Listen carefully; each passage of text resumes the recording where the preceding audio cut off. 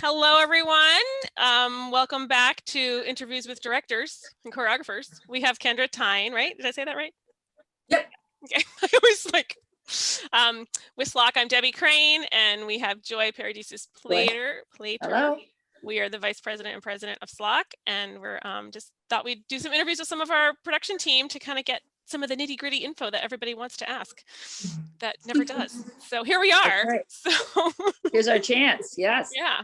So Kendra, how did you get into community theater? I know you have a professional dance background and we've been graced with your talent. So just curious how you've managed to get started in community musical theater. Yeah, so I actually started myself in community musical theater when I was a kid. So I've been doing it since I was 6 years old. I already, loved dance and just wanted to, my parents are both musicians, so it was kind of a natural thing. Singing and music was always in my house. So 6 years old, yeah, started doing it then. And then as I grew older, choreography was part of our requirement for Bachelor of Fine Arts in Dance. And it was something that I'd already been doing a lot with my neighborhood kids and, just like friends, making dances for myself. So choreography kind of came really naturally to me. And then as an adult, I started getting into it with my own children. So I started doing junior productions of musical theater plays and choreographing for them probably about 11 years ago. And I still do that now with working with the current 7th grade play here in Carlisle. Nice. Terrific. Yeah. That's awesome. And we're the lucky recipients. I know it, right? Exactly. So when the audition, what do you do to prepare for auditions? I know you kind of have to figure out some choreography movement to show the auditioners, but how long does that take? Like, what do you do? What is just like a nugget of how you prepare that? Well, at first I, make sure that I totally know the show, and we have Donna and I do tons of meetings and with Barry also. My first thing is always to really listen to the music and understand the music very well. That's where I always start. And then for auditions, I try to keep it pretty basic. I want to just see that people can move their body and not get totally overwhelmed. So, I try to not throw too much at them unless it's like Carousel where I needed to have like some real actual ballet dancers. And then I choreograph something different for them. But for the general auditions, try to do a group piece, something that everybody will likely be dancing in the show. So, it saves time later in rehearsal if they already kind of know what's coming at them. Yeah, and so I take, how much time does that all take? For me to choreograph, however many, usually I do maybe eight counts of 8 for an audition or something like that. Probably will take me a few hours, but there's a lot of prep work, just as far as knowing the music and getting the recordings and knowing what I'm, choosing what I'm going to even do. Yeah.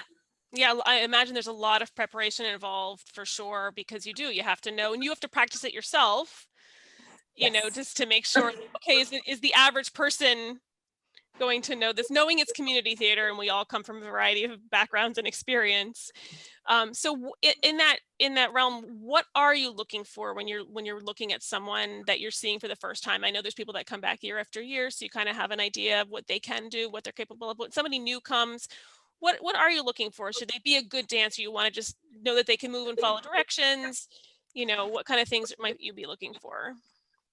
So mostly the way that I cast specifically for dancing roles is if I see that person's super confident in how they move. So maybe they're not the best dancer in the world, but they're confident in what they're doing. There's a quick nod of the head, like, okay, I got it. I know what that is. And dancers see that very quickly. Like whenever we're learning choreography, it's just like this constant, okay, check, you got that. I know what you do. Whereas other people look at you they have no idea what you're talking about. They're very sort of lost, and it just isn't, it's like, trying to teach somebody Chinese or something, you know, like it just doesn't. Right. Doesn't compute. Yeah, exactly. So I want to see that somebody can hold themselves up with confidence and, you know, at least try to make it through the audition, even if their feet aren't doing the exact same thing that I choreograph. Okay. So it sounds like, you want to see that they can move and follow directions. You may be looking specifically at the specific detail, but they're at least moving in the right direction back and forth. Or if they don't move well, they don't move well with confidence, meaning at least their person has some sense of confidence that maybe gives you the sense that later they'll get it. But exactly, yeah. A confident posture. You're right, Joy. Yeah. Like, you know, they're holding themselves up. They're not on the right. They're smiling. They're looking. Yeah. Exactly. They're not on the right count. I don't care really about that. You know, that I can teach, right? Right. That I can drill, but I can't drill, you know, a bad posture or weird, right. you know, frowny face. That's right. That's really harder. You know, if you can stand up tall and like walk into the room and know what, you know, like I can face this good. That's what I look for. Yeah. So maybe it's a little bit about attitude and not ability per se. I mean, as long as they're not completely a mess, but a little bit of good attitude goes a long way, I would think. Absolutely. Yeah. I know that mostly what we find is the singing is the strength of the SLOC typical person who auditions, right? So yeah, of course. Most everybody can sing. Everybody's pretty confident with that. They have their music situated. They can present themselves in a pretty easy way. The dancing, not so much. I get, you know, a lot of nerves coming in. You know, like, oh no, this is the worst part of the audition. I don't want to do this. Do we have to do this? You know, a lot of complaining. And I never think that's appropriate in an audition. You know, or pushing back or needling me, you know, that's not cool. So I try to give people benefit of a doubt. You know, I try to warm them up first before we begin, so they kind of relax a little bit and not get all kind of freaked out. You know, and try to be as gentle and kind as I could possibly be with a lot of patience. Yeah. That's interesting. Yeah. So what other, I mean, so the big question that I guess I'll throw it in now, but then I also want to sort of throw in other advice, but like when we come to auditions, you know, we're told there's going to be a movement piece, so dress comfortably, but then we also want to dress for comfortably and nicely, you know, for the rest of the audition. So what do you recommend that people might wear? And then what other advice might you give in terms of preparation? Or is there other preparation or other advice that you would give back to auditioners that you were sort of mentioning just a few minutes ago? So the first piece about what to wear, I feel like you should be comfortable. This to me is not a hard question because I move every day of my life. And so I'm always in something that moves, right? That's something that I can do easy choreography in. That's kind of what I do my whole life. So, but to other people, I understand that this is hard. So basically you don't want anything that's too constrictive and you don't want anything that's too loose that you might get tangled up in. So, you know, stretchy fabrics, that is a good thing to wear, even if it's stretchy jeans, you know, something that's that you're comfortable in and that you can move your legs and not get sort of ensnared in. If you wear like this big skirt or something, your foot might get stuck in it. Or something with really long bell sleeves or something that, you know, like that, you might get sort of tangled up in it. So, you know, wearing something in which you're comfortable. The shoes tend to be an issue just because it's hard to dance if you're wearing flip-flops or clog or hiking boots. You know, shoes are definitely, it's true. You've seen those kind of things, like people show up with hiking boots? I'm now thinking back over my many auditions, wondering what was on my feet. Exactly. So Birkenstocks. Yeah, Birkenstocks, not an easy thing to dance in. Even some shoes are slippery, you know, or some people wear really, really high heels. And those are all difficult things to dance in, especially when you're first learning a dance. Later on, when you're on stage and you're required to wear high heels during that dance, you've practiced it, right? So this is the very first day you're going in. So a jazz Oxford, a sneaker, you know, something that's you can dance in, you can move in, you don't feel like you're gonna slip or twist an ankle while you're auditioning. Some people I've seen change their shoes, you know, after the voice audition, and then they come in and they put on their, you know, character shoes or a jazz Oxford or something like that. Great, fine.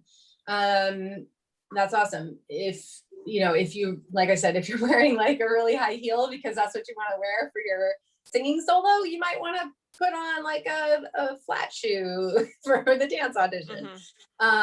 You know, and shoes are going to be the biggest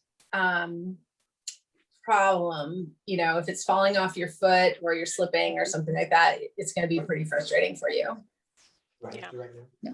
The second part of the question, I've totally forgotten. Oh, sorry, just any other advice, like in terms of preparation? I mean, it sounds like shoes are a big thing. I mean, I know that's for me, I bring a change of shoes because I know I want to wear a different kind of shoe potentially for my singing audition. So yeah, I want to bring something I can move comfortably in.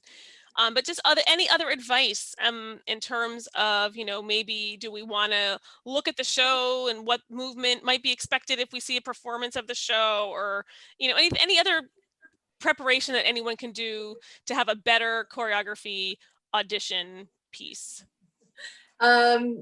So I find that people have a very hard time learning choreography from video. So I would never we tried that before, like putting out an audition tape, but it's backwards and people get all confused and they turn around the wrong way and then they get it in their body the wrong way. And then I have to like undo everything during the audition.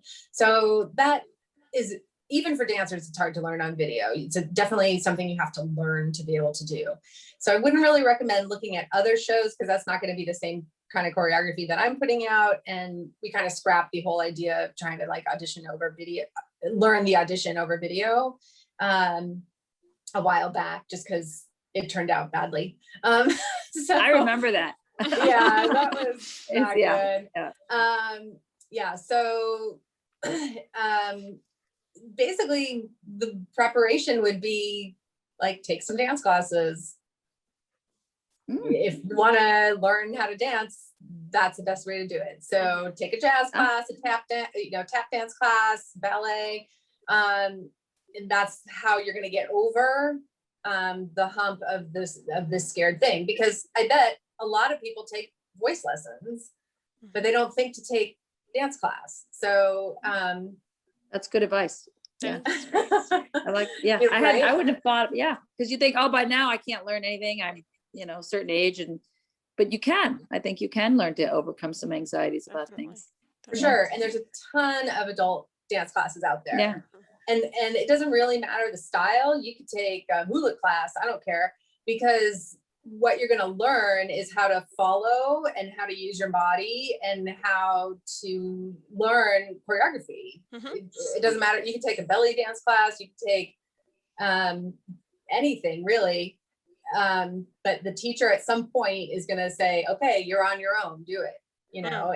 And so you have to learn how to watch, put it in your body and stick, you know, put it back out. And that's the way to prepare, really. That's the only way you can do it. It comes to mind that even Zumba would be useful, right? They do these moves that you have to follow and get a good workout, and you know, it's something everybody has access to. But, I've been doing that.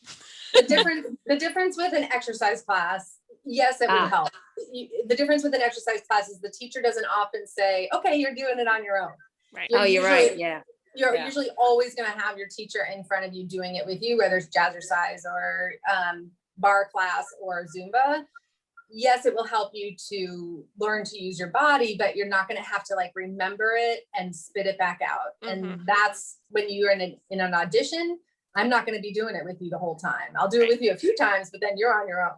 So you have to, in order to have the confidence, that's the only way to do it really, is to practice being able to ingest the choreography and bring it back out on your own. Right. I have another question I just thought of, and that is, suppose you get someone who can learn the dances at the audition, you see them move, but then they have to sing and move. And I always find singing and moving combo it's just too much. And but you can't really audition for that because you're just doing the choreography. So I guess it's just a gamble, but you have to admit that layer of it adds a complexity. You know, it's this thing that's, you know, I can't even do it, but it's hard. It's hard. So I'm just curious. It is hard. Yeah, especially in a company like as small as ours, we don't have like a separate dance cast, right? Like No, everybody rarely. kind of does everything. Yeah, we try to keep it pretty bare bones. So yeah, we don't really have like, okay, here comes the dance crew and they're gonna like dance while these other people are singing and just kind of like doing step touch because so that means that each of us, you know, each of you who are on stage has to be a bit of a triple threat, you know, which that's just the fact. So you know, so that's it is challenging, super challenging to be able to dance and sing at the same time and act, because you're having to act happy or, you know, whatever the feel of that dance is, right? And dance really tells a story. That's my goal with choreography, is to be able to like further the story. And so, you know, you have to act and sing and dance all at the same time, really. It's a lot. So it is a lot. I try to keep, you know, when you have to sing and dance at the same time, I try to keep the dancing relatively simple. You know, and then keep the more complicated dances for the dance interludes when there's no actual vocals. So if you think back to like June, for instance, from Carousel, you know, mostly like Nelly is doing the main vocal stuff and everybody else is doing the dancing. And then, you know, when you have to sing and dance and the dancing is minimal. I got you. Okay. Are there any other things that are coming to mind as you're talking to us that you've said, oh, I really want to share this little nugget, or anything that you know, what do you love about choreographing a show? Do you have a dream show? You know, you have a funny story you want to share? I just, you know, this is just to share with our subscribers, you know, just a little bit about, you know, choreography and our 30 subscribers. We'll find out. But I don't know, anything else that you want to share that you think might be valuable for people who are, you know, as the world opens up again, you know, auditioning and things like that. Yeah, I mean, the most exciting thing about choreographing for me is taking people who really aren't dancers and, you know, and making something out of it, you know, making it be something enjoyable to watch. And like I said, something that furthers the story and adds to the show. Dream shows, I don't know, I'm drawing a blank right now. I love musical theater in general. So I love there's doing so all many good shows. It's hard to pick. And I've never done Gilbert and Sullivan, which, you know, that's probably like, I shouldn't say that, but I'm sort of excited about the possibility of doing that next year. It sounds like we're heading that direction, which doesn't have a ton of dancing in it, but I do help with staging and stuff like that with Donna. Yes. She and I work together a lot. We've appreciated your She appreciates input it. in that sharing, and she appreciates it too. She works together nicely. So that's pretty much it. You know, I've enjoyed working with this company. I think it's really been a great opportunity, and I love that it's so close to where I live here in Carlisle and stuff. Super fun. It's terrific. Awesome. Thank you so much, Kendra. We feel the same about you, Kendra. Absolutely. Thrilled to have you. Thank you so much. Awesome. Thanks a lot. Yeah. You're welcome. Thank you for having me. Thank you.